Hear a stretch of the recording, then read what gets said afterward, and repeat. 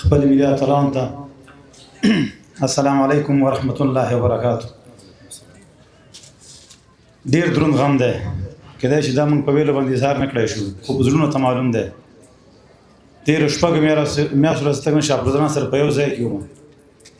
زه چې کله په لومړۍ ورځ ډاکټر ته لاړم، نو ډاکټر ماته یوه خبره وکړه، دا چې په کومو حالاتو کې د مشکل ده که دا 3 ورځې ژوندی پاتې شي.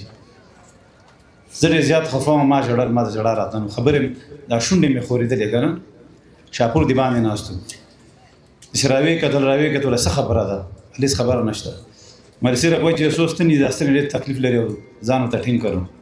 ما ته بېغمه اوسېږه، زه هغه ځوان یم چې په خپلې دومره دانې وي، تا ته وایم چې مولود وه زه یې کولی شم، چې ډاکټران وایي چې نه شي کولی، ده ویل چې زه یې کومه، نو په هغه تکلیف چې موږ دا تکلیف ما ته هېڅ شی هم نه دی.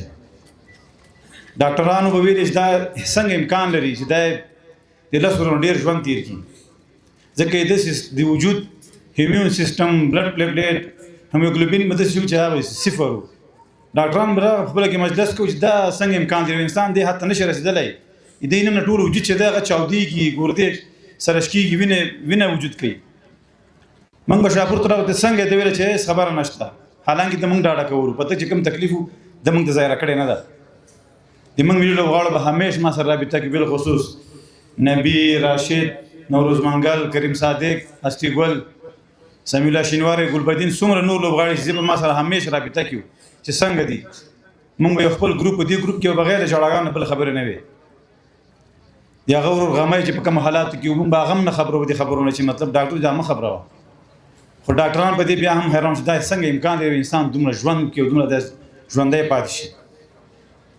خو بیا هم خبرې ډېرې دي، خبرې هغې ولا کوي دومره.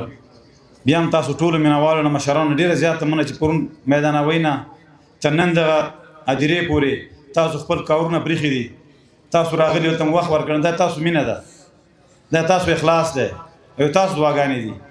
دې کې هېڅ شک نه، شاپور ځای هېڅوک هم نشي ډکولی. هغه ډېر د سخت وخت ملګری و. چې کوم وخت موږ سره تېر کړی، موږ په خولو کې تېر کړی دی، هغه ډېر کم خلک په دنیا کې تېروي. خو بیا هم تاسو نه ډېره زیاته مننه د لوبغاړو په نمایندګۍ، بالخصوص د شکرالله نه ډېره زیاته مننه چې هغه دا دومره ډېر زیات تکلیف کې ده د کرکټ له خوا نه، ډېره زیات مننه کوو، کور دې ودان خیر اوسې. او بالخصوص د میرویس سازي نه ډېره زیاته مننه چې هغه دا څومره مصارف چې د په علاج منشي ټول هغه کړي دي، کور یې ودان. الله مو عزت لره، په خپلو دعاګانو کې میا ساتئ. حاجي صاحب ته ډېر زیات تسلیت وایم، زه پوهېږم ډېر دروند غم ده په تاسو باندې، خو ته د کور مشر یې، ته به لکه غر داسې درېږې، دا کور به ته سنبالئ او همیشه سنبال کړی یم ده. السلام علیکم ورحمت الله وبرکاتہ.